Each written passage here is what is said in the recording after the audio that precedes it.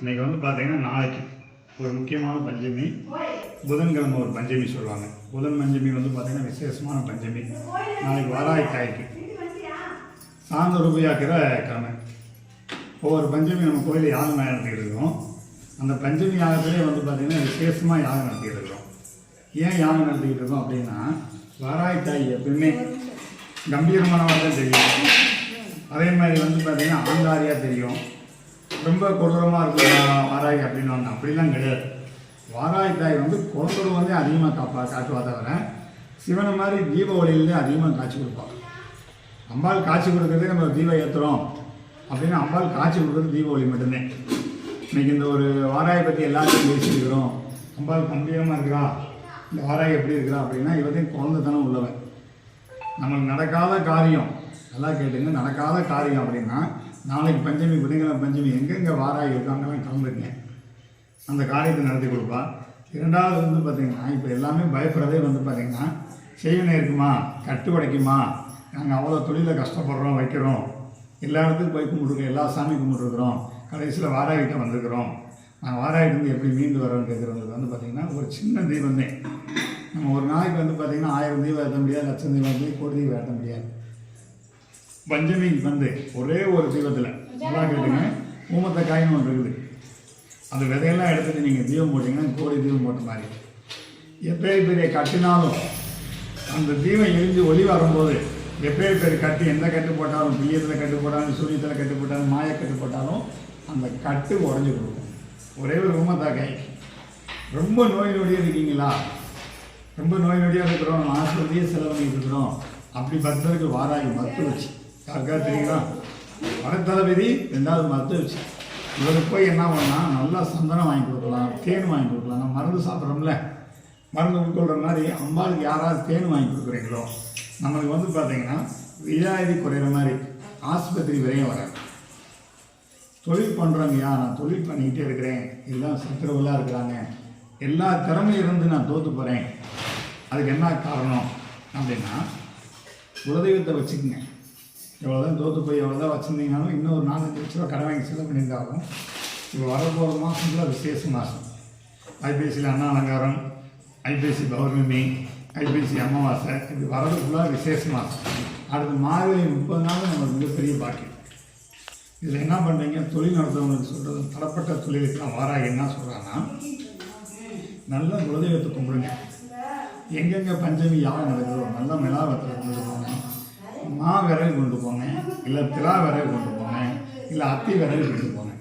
இந்த பிலா விறகு அத்தி விறகு கொண்டு போய் நீங்கள் யாகத்தில் போட்டிங்கன்னா என்ன கிடைக்கும் அப்படின்னா, இதெல்லாம் பால் மரம். நம்மளுக்கு தொழில் தடங்க இருக்கா, பிலா மரம் எடுத்து கொடுப்போம். அதேமாதிரி தொழில் தடங்கள் இல்லாமல் இருக்குது, நம்மளுக்கு யாராவது ஒருத்தர் வந்து அரசனை வந்து நம்ம பின்பற்றிட்டு இருக்கியா, ஏதோ நம்ம விரயமாகிட்டு அரச மரம், அரசனை மாதிரி அந்த இடத்துல பார்த்துக்கணும்.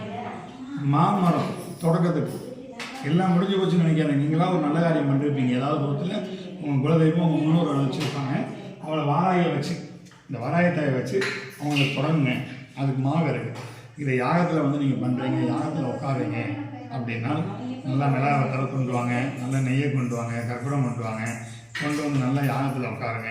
இந்த 3 சமத்து முக்கியமானது. இந்த 3 சமத்தை போட்டிங்கன்னா எதிரிகள் அவங்க பக்கத்தில் இருக்க மாட்டாங்க. ரொம்ப விரயமான தொழில் நல்லா இருக்கும்.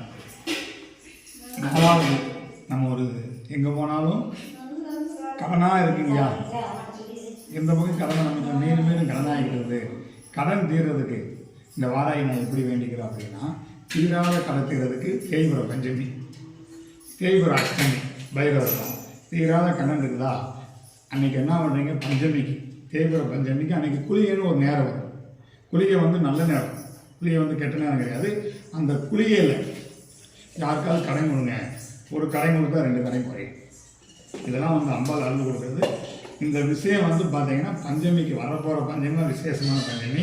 நாளைக்கு புதன்கிழமை வர பஞ்சமி. நம்மளுக்கு மனசில் எவ்வளோ ஆசையாக இருக்கும், அதை நிறைவேற்ற முடியாமல் இருக்கும், அதை நிறைவேற்றணும். அதேமாதிரி ஒரு திருமண தலங்கள் இருக்கா, எல்லா கோயிலும் போயிட்டோம், திருமண தலம் நிற்க மாட்டேங்குது, ஆணுக்கு பெண்ணுக்கு, யாகத்தில் உட்காருங்க.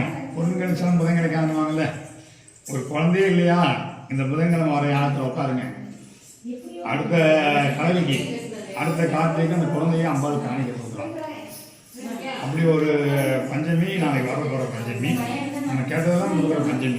நாளைய பஞ்சமி சிறப்பான பஞ்சமி, எல்லாரும் வேண்டிக்கலாம். சிவாயனம் காட்டினா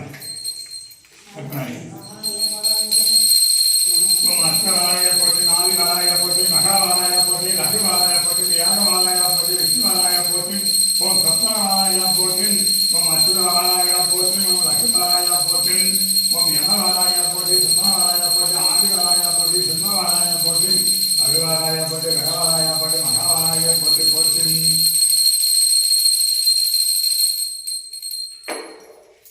இந்த பதில் வந்து பார்த்தீங்கன்னா என்னை பார்த்துட்டு இருக்கவங்களுக்கு எல்லாத்துக்கும் நாளைக்கு பஞ்சமி இங்கே வர முடியலன்னா கூட பக்கத்தில் இருக்கிற கோயிலில் பஞ்சமி யாகத்தில் உட்காந்துங்க. உங்களுக்கு பஞ்சம் தீரும். அதேமாதிரி நாளைக்கு தேய்பிற பஞ்சமி, தீராத கடன் தீரும். நான் மனசுக்குள்ள ஆசை வச்சுருக்கோம்ல, எல்லாம் நடந்துட்டு இருக்குது, நம்மளுக்கு மட்டும் நடக்காமல் போதே, என்ன காரணம் அப்படின்னா ஒன்றும் செஞ்சிடப்படாதீங்க. நாளைக்கு வந்து யாகத்தில் உட்காருங்க, உங்களுக்கு என்ன தேவை அம்பாள் பண்ணி கொடுப்போம். சிவராம்.